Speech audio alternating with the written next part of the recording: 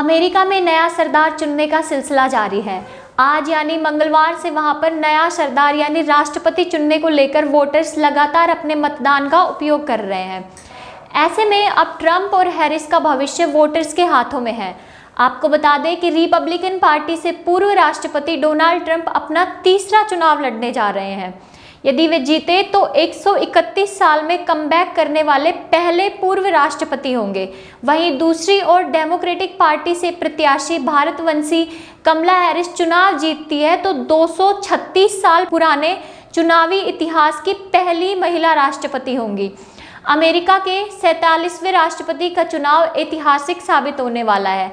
America विश्व में अपनी महाशक्ति के लिए जाना जाता है, इसीलिए इस चुनाव पर पूरी दुनिया की नज़र है। भारत के नज़रिए से राष्ट्रपति चाहे कोई भी बने, उससे दोनों देशों के आपसी संबंधों में कमी आने की संभावना बहुत कम है। ऐसा हम इसलिए कह रहे हैं क्योंकि भारत ने ट्रंप और जो बाइडेन दोनों के ही कार्यकाल में रिश्तों को मजबूत बनाया है। वहीं अगर पोल्स ऑफ पोल्स की माने तो 513 पोल्स में 263 में डोनाल्ड ट्रंप आगे है, तो वहीं पर कमला हैरिस 250 में आगे चल रही है।